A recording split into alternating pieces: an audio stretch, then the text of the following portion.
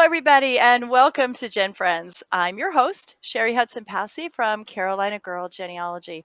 And we have an exciting show for you tonight. We have Melissa Barker, the archive lady in the house. Hello, Melissa. Hello, Cheri. Hello, everybody. So glad to be here with GenFriends and all my friends. Oh, I'm so glad you're here too. I love it. No, who pops up? I'm like, yay, we have people in the house. And we have Christine Woodcock from our Scotland expert over there in Canada is here with us tonight. How are Hey, you? I'm good. Good. I was going to say my Yeah. Gen friends are my friends. Yes, exactly. My friends are Exactly. Gen friends. That's right. Absolutely. Absolutely. And we have a special guest with us tonight. We have Lisa Lisson from Are You My Cousin? Hi, Lisa. I'm so excited you're here. Hey, Cheri. Thank you so much for having me. I am so excited to join my Gen friends tonight. It's my first time. Yeah, it is your first time. Now, Lisa and I just were at a workshop, the South Carolina workshop together. And I said, you have got to be on GenFriends. So we got this plan. So that was really fun. Keynote Blaine Bettinger. We had a really good time, and your classes were great. It was just Thank you. It was just a great time. So I wanted to start out real quick with you just kind of telling everybody about your website, maybe kind of a little bit how you got started. I know you started as a blog, a family blog, and then went from there. So why don't you give us a little bit about yourself? Sure. So I started the Are You My Cousin blog, and I really did start, like you said, it started out as just a family website because I was, you're researching and everybody's asking you, what did you find out about this and what did you find out about that? And I was spending a lot of time emailing people back and forth the same information to different people. So I thought, well, I'll start a blog, and that way they can all read what I'm finding and I can send them there. And so I started the blog. I was so nervous after I got everything set up. It took me like 5 minutes to actually hit the publish button because I was so scared. Me too. My first one. I don't know. I think I thought the computer was going to explode or something. I don't know. So I did it. And of course, the world kept spinning. And my kids were like, you did what? You started a what? So anyway, I got a lot of cool points with the kids then too. So anyway, so fast forward a few years, I did that for a long time. But then about 3 years ago, I really started shifting more toward how-to genealogy. I was getting a lot of questions because, amazingly enough, more people than just my mother started reading the blog. And people started, and so I started answering questions. And so it just kind of evolved in that way. So now really what I focus on with Are You My Cousin is really, I'm trying to take the overwhelm out of genealogy research. So I try to tell how to do things. I show new tools that are coming out, how I do things, kind of the mistakes I've made and how not to make those same mistakes. So I really just I want to make genealogy fun and easily accessible and just not overwhelming, that anybody can do it. Exactly. And you do such a great job with that. You really do. Thank you. You do a great job with that. So you have been running a series lately. I suppose it's going to end because it's 31 days, right? That's 31 right. days out of the box research tips. And I love that because I think sometimes we get stuck in a rut and we have that basic birth certificate, death certificate, maybe a will, maybe, the cemetery, the stone. We don't think about a lot of other places where we can find information about our families. So I thought it might be kind of fun to talk about those out of the box research documents, the tips that in the places where we have found information that we never thought about. And so what do you think is on that list that you've got? What do you think is maybe, should I say, the oddest, or they're like, oh my gosh, I cannot believe that I found any genealogy information there? Jail records. I found some really interesting things on jail records. Now, I have to say that it really will depend on the state that you're researching in. If you're researching in North Carolina, you're just not going to be able to access them, even though we think they're public record. I mean, we can't access those, but other states you can. You have an example of a 1940 jail record from up in Massachusetts, and it is so detailed that it tells the tattoos that the guy had on his arm. Wow. And he had one that said his mother, like in memory of his mother. So at that point, I know that his mother has passed away prior to his admission to jail in 1940. Exactly. So it is so detailed. It tells the color of their eyes. It gave birthplace. I even knew what color his underwear was because it labeled everything. I mean, Do we want to everything. know? It was great. I was like, that's pretty good. I'm like, so there's a lot of detail in jail records, and but there's also like on Ancestry, Sing Sing records, prison records are on Ancestry. You know, in 1866, you can, I mean, and they're very detailed, I guess, because they want to make sure they know who these guys are, and it gives physical descriptions of them, which is amazing. Yeah, because they don't want to release the wrong guy. I mean, Right. it happens. Right, right. Release the wrong guy from prison, you know? Yeah. So it has to be kind of detailed. Yeah, because it'll even say things like he was a blacksmith and he was a Protestant. Well, if he's a Protestant, I know not to worry about looking at the Catholic records. I know to search for, you know, other records, kind of the thing. So it's amazing. I was amazed at the clues you can get. So if you have that black sheep in your family, go after those jail records. Yeah, yeah, that's really cool. I've got one that went to jail for murder, and my great grandfather's brother. They eventually released him, but I've not been able to get a hold of the records. And maybe South Carolina is the same way. I can't. They did, however, put the full transcript of the trial in the newspaper. Well, that's nice. So that had a lot of great information about him, about his family, about who was testifying for him, and all those kind of things. So, Melissa, have you found something that maybe would be kind of out of the box in the archives that people might want to? Oh wow, where can I start? You know, I'm with Lisa. I'm with Lisa on the jail records because we have jail records, and so they list a lot of things.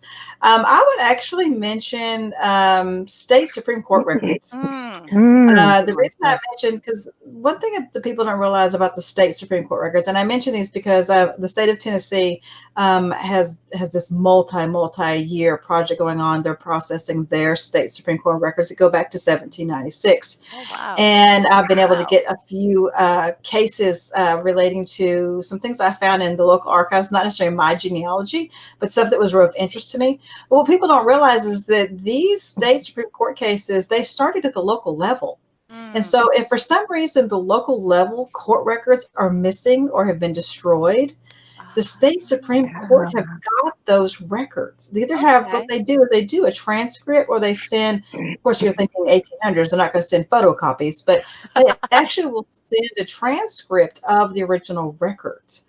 And so I've gotten lots of different state Supreme Court records that included the local court records. And so that is a great tip for people who a burned county, you know, or something, and you're talking about that black sheep. And I have found maps to some of our local cities. I found, like she was talking about, descriptions. This one gentleman that I was doing some extensive research on, because his case just kind of, you know, sometimes something will just grab your interest. And I got the state Supreme Court case that he was sent to, and it had his probation records in it.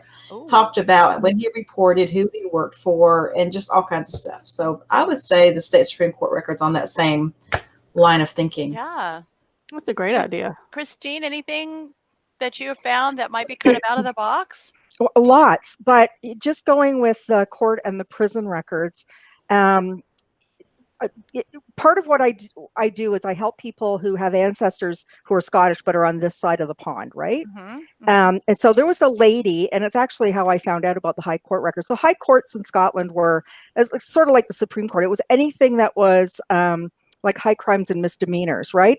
High crimes, and so it would be like murder, it would be grand theft, it would be, you know, big treason, anything like that. And I had a lady from Australia in one of my groups, probably about 3 years ago, and she had a convict ancestor, which of course Australia, right? Right. Yeah. And said and he was quite a character. He was transported at the age of 16, and usually they're transported for 7 years, but he was transported for 14 because he was bad. By 16, this was his second go around with the law, and they'd had enough of him. So he was, but he he was in Edinburgh, and he was, when you used to hear about the guy at downtown who would have the trench coat and he'd open it up and he'd have all kinds of stuff. Well, so it was like this kind of guy, right?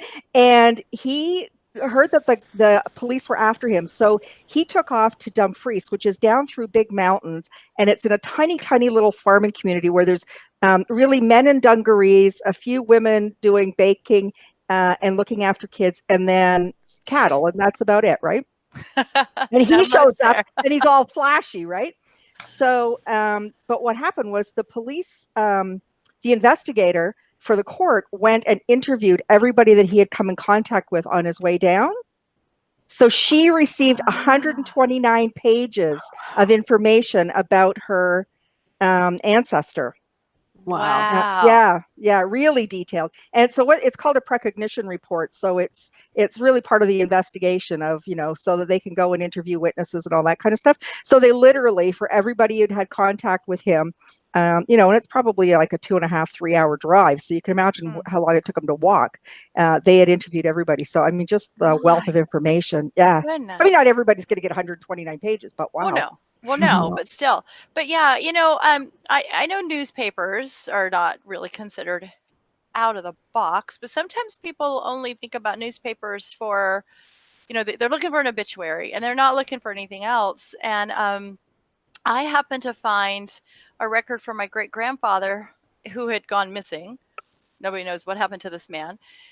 He's with my great grandfather. He was, they're together somewhere. They're together somewhere.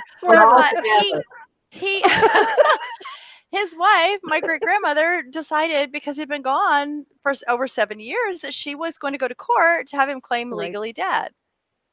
And so there was not a lot of information, but just the fact that she had gone to court and that she'd won the case. And so that led me to find the court case. So I was able to get a hold of the court because I knew the date. I knew all that from the newspaper, the names and everything. And then they sent me the court file. Through the court file, I learned more of the story, but I also learned who wasn't his father. There's been some debate over the years of who his father was. And the man that a lot of people, and that's in books and people will claim in records as his father, his wife said, yes, he went to go see his uncle, Adam. And she would know it if, she was there alive. He was alive at the same time. They were contemporaries. She would know if the man was his father, and she called him his uncle. And I was like, what? So you just never know where clues are going to send you and where you're going to find the information that you need. Can you think of something else, Lisa, that just kind of stands out in your, boy, that 31, you got to come up with 31 of them. It's a long month. It's a really good idea at the time until I started writing 31 posts. But I wanted to kind of follow up on something you said. You said, people don't necessarily think of newspapers as out of the box because people use them. But I think what can make that kind of thing as an out of the box is how they're being used. Or, like I talk about city directories being out of the box, and somebody in South Carolina said, oh, but I consider that normal. I said, it is, but let's take a look at what you can really find and how you explore the beginning, how you explore the end, how you can find other communities in the back, smaller communities that might be tucked in, how you can find street maps. And everybody was like, whoa, we didn't know all that was there, because they're just simply going to get their ancestor's name. Oh, exactly. They're just hitting that search box, finding that name, and then they don't look anywhere else. They're kind of grabbing the ancestor and running. And I'm like, don't grab and run. Just exactly. You can look and see if you don't know where they were buried, look and see what cemeteries are in the area, what churches are in the area, what funeral homes are in the area. So there's so many more things. And speaking of funeral homes, that was kind of the one I was going to throw out, is funeral home records. Yes. They can have some fabulous information. You can get some that have basically none, but at least it confirms if you have conflicting evidence about when somebody died. Well, they're not going to bury them before they die. So, at least hope so. We can all at least hope so. And so you can pretty much count on that date in there as being true to the death date, especially if you've got not just days but weeks or a month or two in between.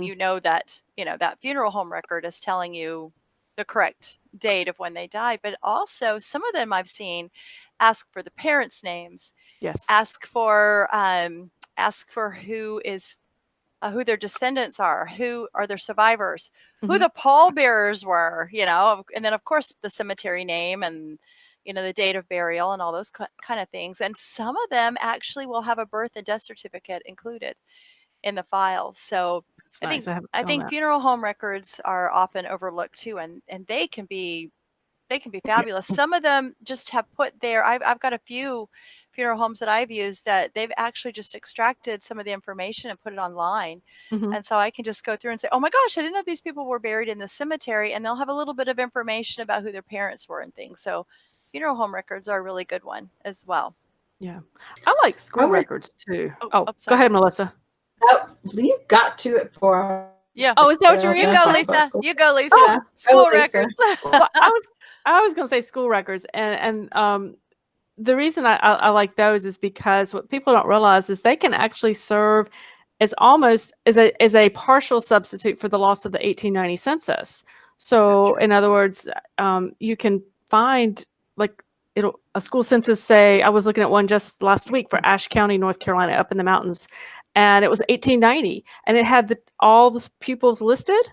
And the really nice thing, for whatever reason, this county, this time period, also listed the parents' names and the parents' occupation. Typically, it was the father that was missed. And so, in the absence of that 1890 census, you've at least know some of the people who were there. And of course, so that was huge. But I also like them because you can find some of your female ancestors. So if you have daughters in the family and you're not sure, those school records can give you those names and help you kind of sort through sibling groups or at least family grouping kinds of things. So yeah, I like the school records a lot, especially the registers. Yes. That's a great one. Those are really good ones. I agree. Yeah. Go ahead, Melissa. What were you going to say? I'll add to that. One thing that I get genealogists to be surprised by a lot is with school records and the fact that they can find their ancestors that did not go to school in school records. And how you do that is you read the school board minutes. In the school board minutes, you will find the one who either didn't go to school or only went to the 6th grade or whatever, but they are the ones who chopped the wood for the little one-room schoolhouse, and it has to be approved in the school board minutes. Or they delivered the coal or whatever, or maybe they had a beef with the school board because their child, whatever. And so I have found unschooled ancestors in the school board minutes. And so those, I point genealogists to those records all the time, and they're totally surprised when they find their ancestors. I think that's a great idea. Part of the problem for all of us is we get caught in this little, well, my ancestor didn't do this and they didn't do that, so therefore they're not going to be in these records. And we've got to look everywhere. We never know when somebody's going to mention an ancestor. Just like you said, Melissa, they may not have been the student, but they may have been cleaning the school or filling up the coal bucket or whatever it might be. Yeah. Last couple of weeks ago, we actually here in Houston County, Tennessee, we actually just got the school board actually handed over several boxes of school registers from 1922 up to the 1980s. And this includes all the time period when there's all these little one-room schoolhouses and all the little communities. But school registers, this is what the teachers filled out for their grades, for their attendance, and all that. And so we started cataloging them, and I found this one that had listed, because they listed how many days they went to school and how many they were out. And then one particular one, they listed that they were out for 2 vacation days, and one was death of a student. And so I looked in the register to see, and it was this little 11-year-old girl who had died during the school year. So I thought, well, I wonder what she died of. So I went to the Tennessee death records. She had no death certificate. And I thought to myself, this is probably her, and then no obituary, because our newspapers don't survive for that time period. And I thought, this is the only death record that we have for her. And it was found in a school record. That's amazing. That's amazing. Wow. You just like I said, you just never know. Now, I know Lisa knows this, but when we were at the at this conference a couple weeks ago, I was in the archives. And I said, I just needed some records for a county. And jokingly, I said to the archivist, taking a lead from Melissa, I said, now, when you go down there to get these 2 boxes that I need, if you've got anything else down there that, hasn't been processed that you'll bring up to me, just bring it. Well, they did. They were huge, big boxes. And I didn't know he'd brought them for me. And I'd gone through, the other records that was looking at. And he says, well, are you done with these boxes yet? And I went, oh, those are mine? And he says, yeah. It was huge. There was all sorts of stuff in there, just all sorts of stuff. There were court records in there. There were probate records in there that should have already been processed, but they hadn't done it yet. So there were probate records in there. And I think sometimes people forget about probate records. They don't find the will for their ancestor and they just give up. Oh, there was no will. And they forget that when somebody dies intestate, they have to distribute that property. Something's got to be done with that property. And so, and especially if there's creditors, they're going to come say, you owe me. They owe me. And so there's records for those. But I was finding things like there was certificates, these big certificates of where people had been pardoned for crimes. Just all sorts of stuff in there that you would never think about. And I'm thinking, these are people's ancestors in here, and they have no idea. And I think, we've got to remember that some of this out of the box stuff, we have to work for it. It's not going to be indexed. Yeah, it's not going to be, it's going to be a page by page or piece by piece out of a box, just in hopes that we're going to find something about our ancestors. So I think that's part of the reason why some of this stuff is out of the box, is because we're so used to it. We want to get online. We want to type in that search box, and we want everything to come up and get it done that way. But the best stuff, I think, is out there. Yeah, I think the best stuff is still out there. All right, let's think of another one. Come on, Lisa, you got 31 days of them. 31 days. Records for the poor in a county are really amazing. And one of the reasons I love those is because you find so many women, because unfortunately, women will often end up on those lists because, if they were widowed or something like that. And so, yeah, absolutely. The records of the poor are really fantastic. But it's like you said, most of those are not online. And so you probably never will be. And they probably never will be. You need on-site research. And it is a page by page kind of thing. And it's fascinating. Yeah. But what I tell people is when you have to do page by page research on whatever record you're looking at, it's never wasted time. Oh, no. Because you learn so much about that community and who's around. So it's actually kind of good for you to sit there and go page by page. Oh, I agree. And to me, it helps me think of other records, other places I can look as I'm looking at what they have about other people that aren't my family. Lisa, I have tried to find I have an ancestor who actually was a superintendent